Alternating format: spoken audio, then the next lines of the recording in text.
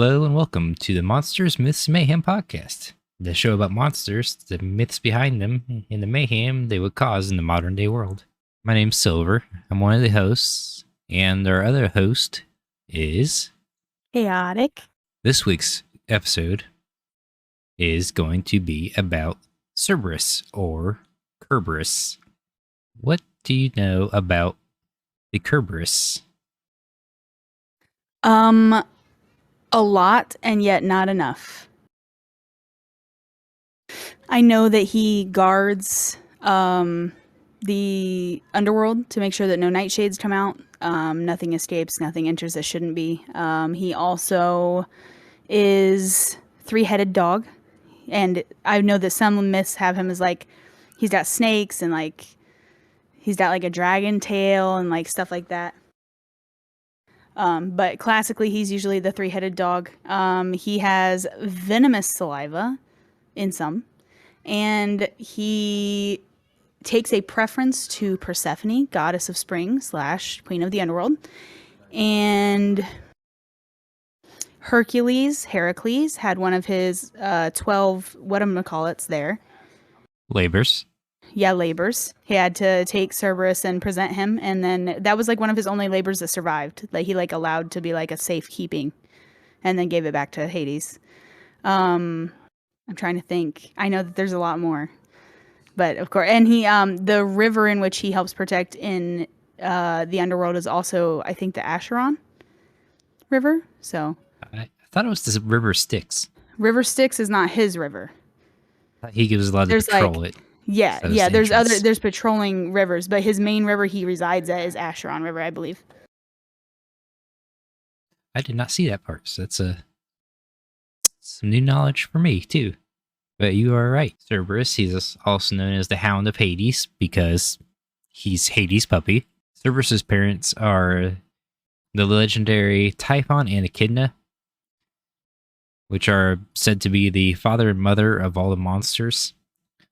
Some more of Cerberus's siblings you might recognize from previous episodes. We got the Hydra, we got the Chimera, Orthos, who is a two-headed dog that guards a flock of cattle, I believe. The Sphinx, the Nemean lion, which Heracles defeated in his first labor, I believe, and wears as a cloak.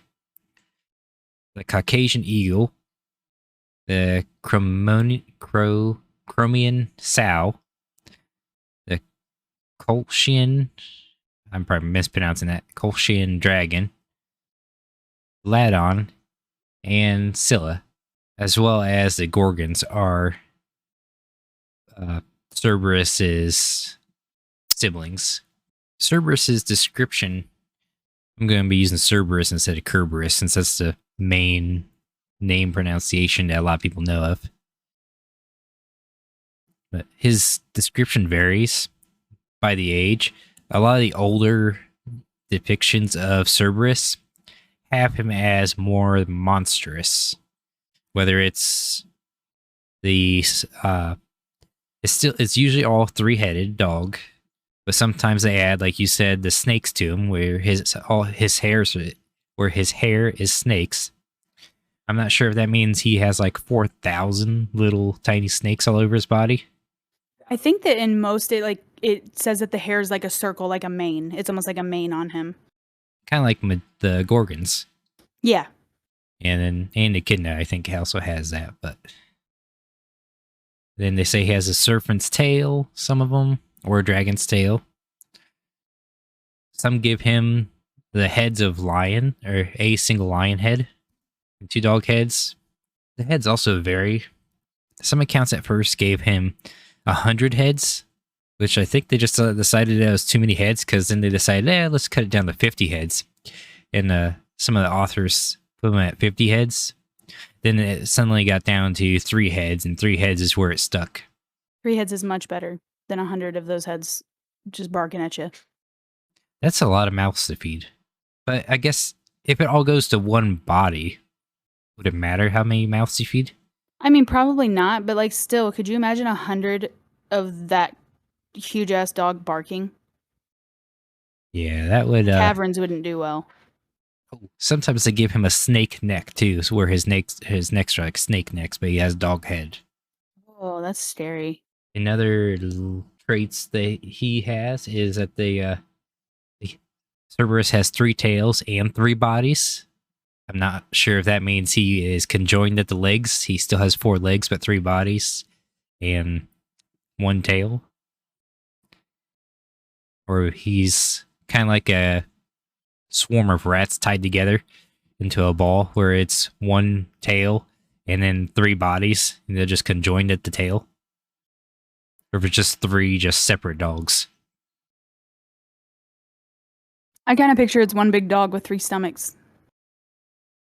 It's like Clifford the Red Dog with 3 heads and 3 stomachs. Yeah. Yeah, yeah. I like to kind of picture the rat tied, the tail's just 1 tail and they're separated all off of it. That's disturbing. You're running in circles. Could you imagine if they get caught on something, how bad that's going to hurt?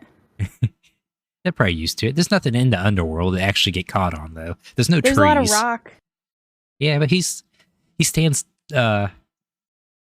height-wise. Cerberus stands 10 foot tall. There's still rocks.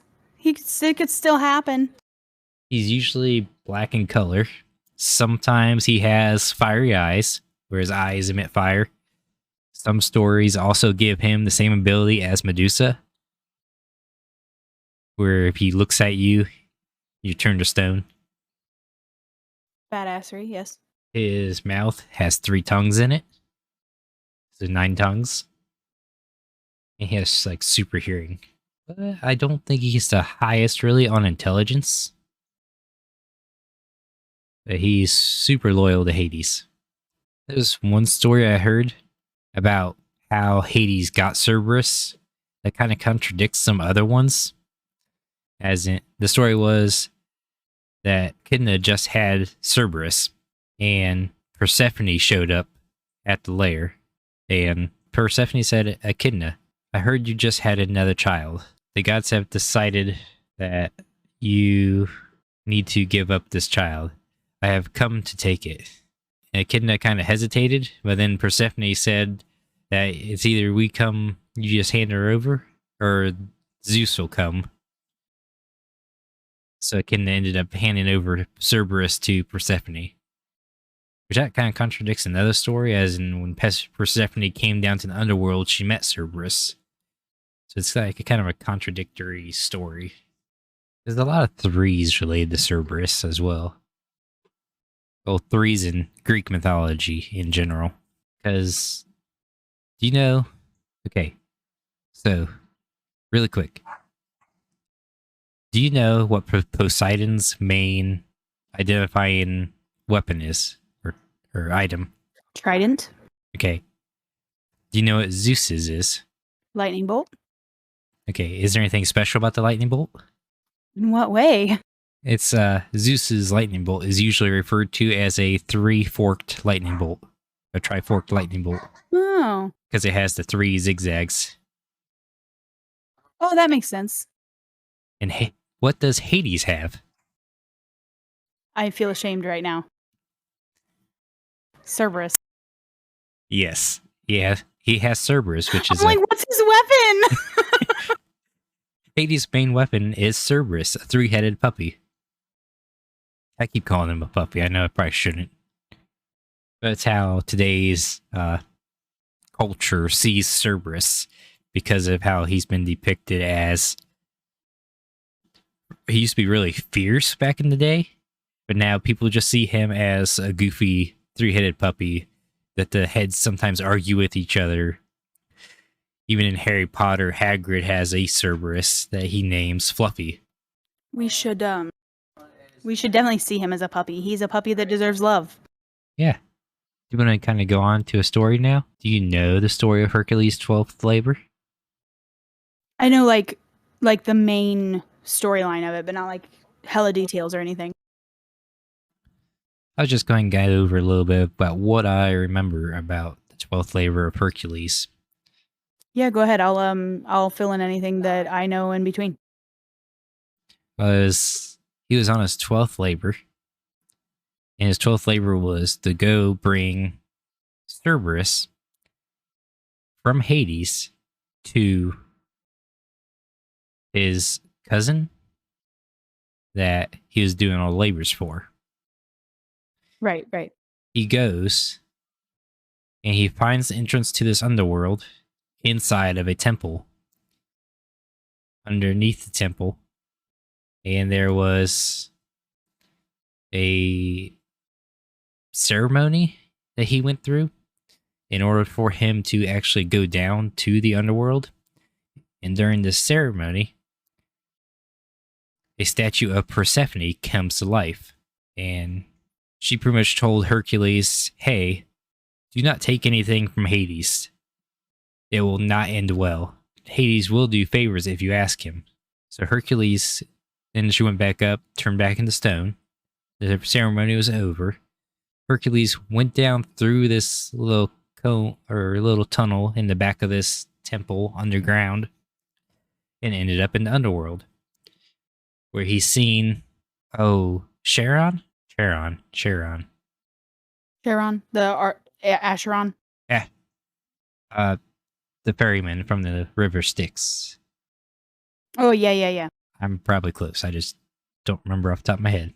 But he was escorting this soul of a couple older people and a child across the river. And he's seen Cerberus over there. Well, when the older men and the child got off, the child had dropped something on the boat. The child ran back to the boat. As soon as the child ran back to the boat and touched the boat, Cerberus pretty much devoured and annihilated that child. God damn. And Charon just simply tossed the little stuffed toy that the kid forgot on the boat over to the older men. Savagery. Yep, because he was doing his job. He thought the child was trying to leave the underworld. That's rough. So Hercules kind of continued on walking till he found Hades's castle and went in. The doors are already open, like Hades was expecting Hercules, which of course he was. He talked to Persephone. Hercules, yes? I was just going to say naturally. Hercules went up to him and, with all respect towards Hades, asked Hades if he could borrow Cerberus to take back for his 12th labor, then bring him back. Of course, Hades agreed to this, but there was a catch. Hercules had to fight Cerberus with no weapons. He had to subdue him. He had to make sure no injuries came to Cerberus that were life-threatening or lifelong injuries.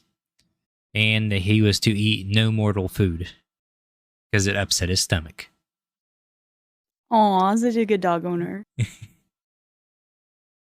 So once Hercules agreed to this, Hercules thought he had some time to figure out a game plan on his walk back to where he's seen him before.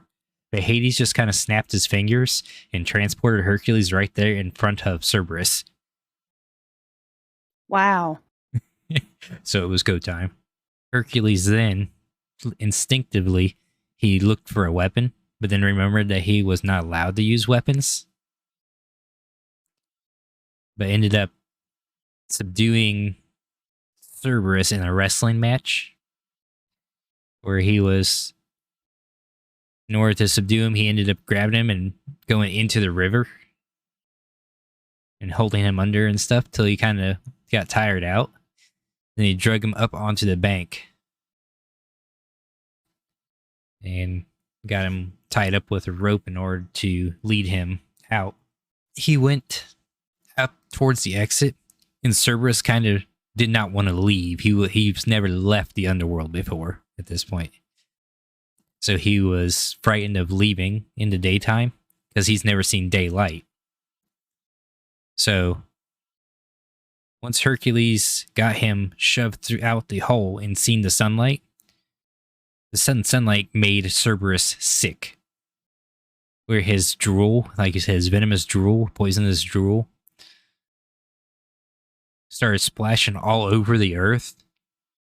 Acidic drool, maybe. And that is how wolfsbane was created. The flower. Wolfsbane is a very toxic flower that people make poisons out of. I do know a little about wolfsbane. It's the bane of wolves. It's a lot of video games too. But yeah, so Hercules took Cerberus, and they say pretty much wherever he dribbled on the ground, wolfsbane appeared. But That's crazy. after Hercules got everything, got him settled, he took him. He went. Cerberus pretty much was a good boy and just kind of followed Hercules everywhere. And when you're walking a 10-foot, 3-headed dog from the underworld, everybody seems to just kind of avoid you for some reason. Just a little. It's like when you're walking a pack of chihuahuas, they just people avoid you. So he went up to his cousin, showed him Cerberus. Cerberus could kind of smell the fear on his cousin, and that made him kind of antsy towards him. Kind of like when a dog knows you're afraid of them and they could smell your fear. They want to play then. So Hercules, at this point, had stopped Cerberus from going kind of after anybody else. But as soon as he went towards his cousin, he let go of the leash. And The shady motherfucker. let Cerberus kind of bat around his cousin, play with him. And on the way back to the underworld with Cerberus, Hercules stopped at a vendor, got some honey cakes, fed them to Cerberus because he was a good boy on the trip up there. And he said not to tell Hades. He told Cerberus not to tell Hades. Just don't say anything. It's fine. And he took him back. In some parts of this story, in other tellings, when Hercules wrestles Cerberus, Hades shows up because he didn't really think Hercules was going to win. And Hades, as soon as Hades showed up, Hercules just shot him with a bow for no reason. And that stunned him enough to get Cerberus out of the underworld. Like, it didn't actually hurt Hades, because Hades is Hades. Right. In the underworld. Just stunned him. Okay. I imagine he just gets enough time because Hades is just like, who the fuck? What? Who even did this? I kind of imagine it as Hercules Hades, when Hercules just kind of shoots him and maybe his hair goes out. It's just, it's like, wow. why? Yeah, there's also other tellings of it that have Cerberus in them that I didn't really look up too much. That was one of the only 3 occasions that Cerberus has been tricked or taken out of the underworld. At the end of the 12 labor story I read, it was basically like, and he was returned unharmed except for his pride. So Hades beat Hercules with his, not Hades. Hercules beat Cerberus with his strength. Orpheus was able to was able to make Cerberus fall asleep with his music, which comes about in the Harry Potter series. Harry Potter! Yeah, where they put Fluffy to sleep with music. Yes. Spoilers from a movie from... like 1997. Yeah. And a guy called Sybil of Cumae was able to bake a bunch of honey cakes and just kind of give him treats to get by. Imagine. Which is probably why Hades knew about the mortal food giving him a tummy ache. He was like, no more of that shit. Cut off. Which you can actually do for actual dogs too. Because on one of my deliveries, when I was running a delivery truck, owner just said, in order to get by the dog, I left a bin of treats at the mailbox. Take the bin and just start tossing them treats so you can get to your pickup, get on it, get loaded, and just keep handing him treats the entire time. He'll leave you alone. As a puppy should. This dog was like 18 years old, 18-year-old shepherd. He wasn't moving very much. He wasn't. He was kind of senile. Right. Also, kind of shows the stories of Cerberus. From what I heard from other people, kind of depict that as Greeks' culture with dogs. Like they weren't really friendly with dogs in the beginning, but then they became more and more attached to dogs towards pets instead of just working animals. Which is how kind of Cerberus has been changing throughout the years. So on the media.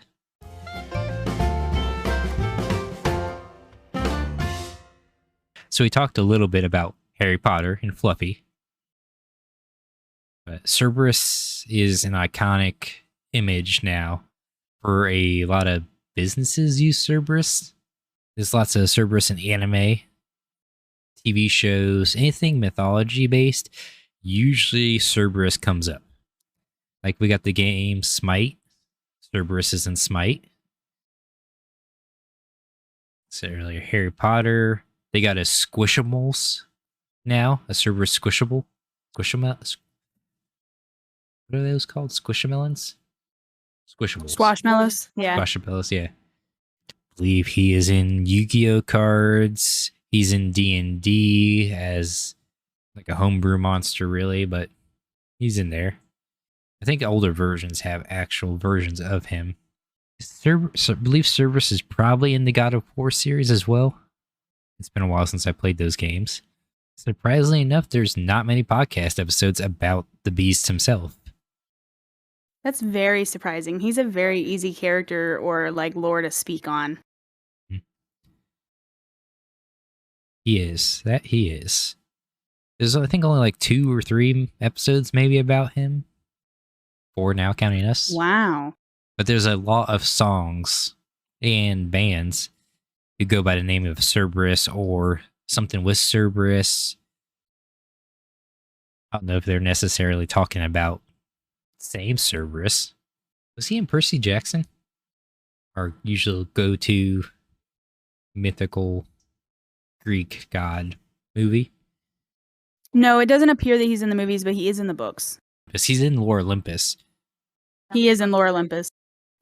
He is in the cartoon version of Hercules. Did you already say that one? Oh, no, I did not. We mentioned the cartoon version, but... Yeah, he's in that because you see at the beginning when Hades is going down River Styx that he tosses him the T-bone. Oh, yeah.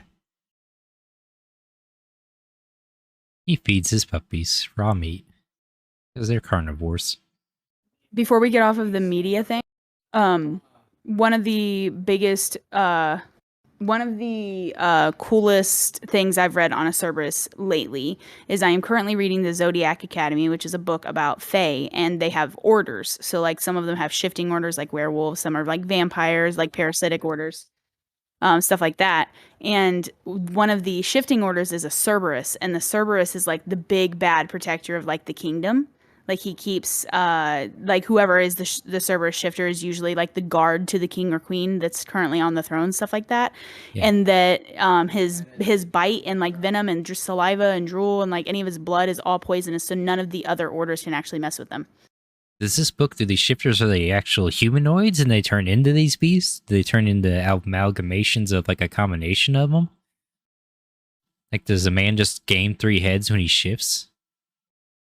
Or does he turn into Cerberus? You got me curious on this book. You're asking if he shifts? Yeah. How does the shifting work in the book? So it's actually a she, and she is amazing. Okay. And she shifts straight up into a big-ass 3-headed dog. Okay. That's how you do it. Could you be more than one shifter? Could a Cerberus shifter also be a werewolf shifter? So then you're a 3-headed werewolf. Their orders stay separate. So like you can mate with different orders, but they never like hybrid. It's always just that you end up as one or the other. Okay. That's not how I'm sorry to genes let you work. down. I'm sorry to let you down. I know it's not really like, but it's not really like genes. It's not like two It's not like two Cerberuses are mating. It's that their order is. So it's different. It's like once you become a Fae, you have to like learn to use your magic and stuff. And then after that, you like get your order upon like the reckoning when you're like 18, 19 years old. Okay. So it's like being sorted into a Harry Potter house where you're Basically. just given an order which gives you your ability. Do they choose or they get chosen for? They get chosen for their elements, but their order is something that's kind of like passed down by the parents. Okay. So there's no way to get out of like being a vampire if both your parents are a vampire. If you No, want to there's become a instances like werewolf. in the book. If anybody has not read Zodiac Academy, please skip the next 3 seconds. But in the book, there's like a family of dragons that randomly has a son that's a Pegasus. So like it just kind of is like sometimes the blood can malform, but for the most part, you pure breed so you can get the continued order. That still raises so many questions. Is it okay? We'll talk about that in another time. Okay. Mayhem then?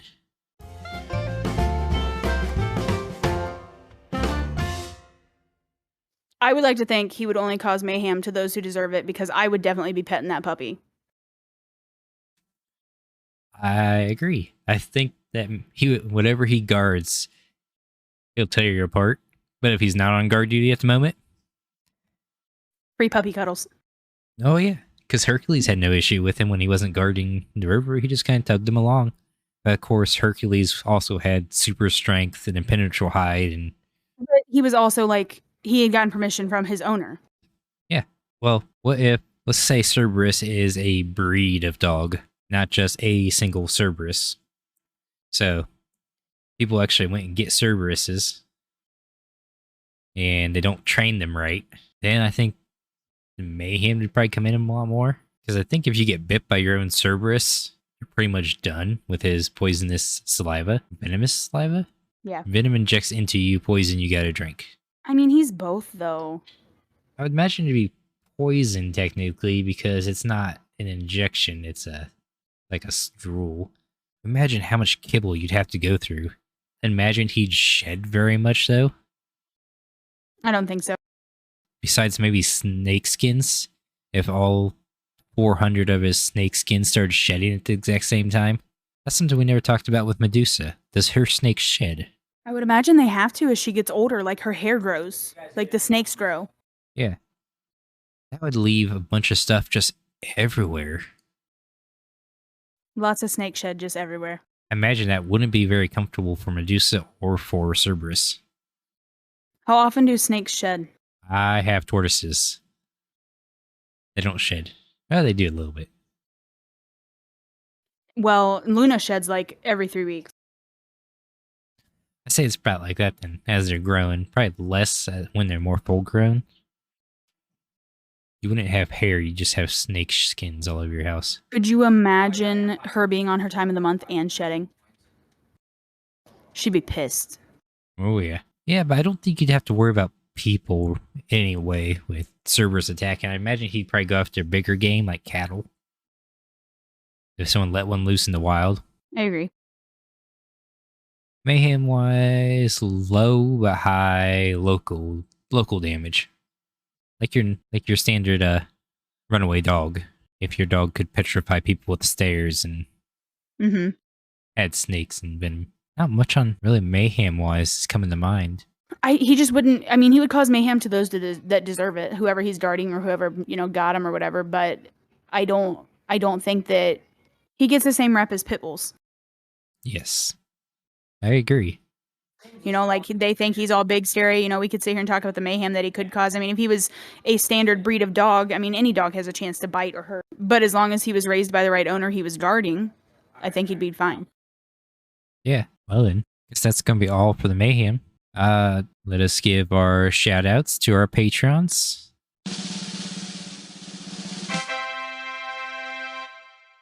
Ruby Hummingbird, Thor, and Mondi.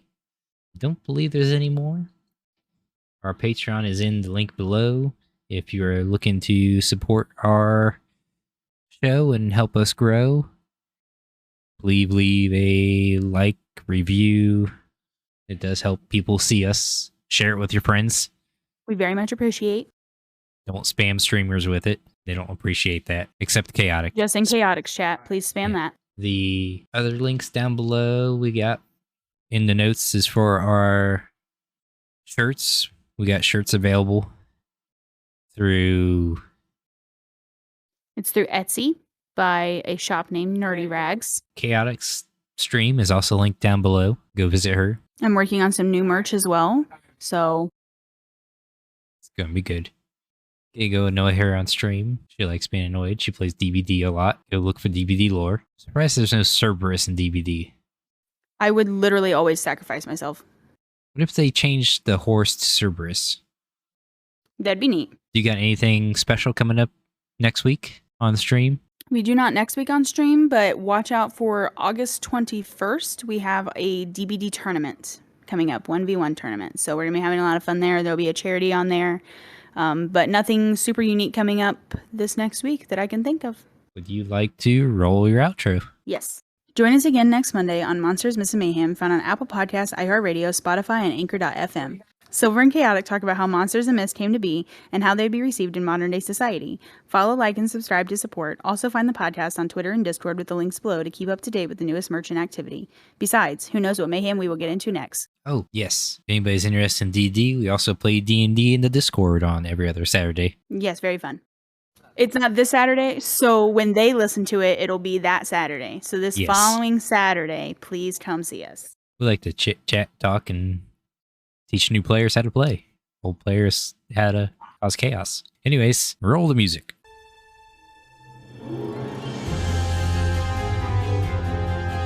We do have con coming up in 2 weeks. Oh, yeah, that's right.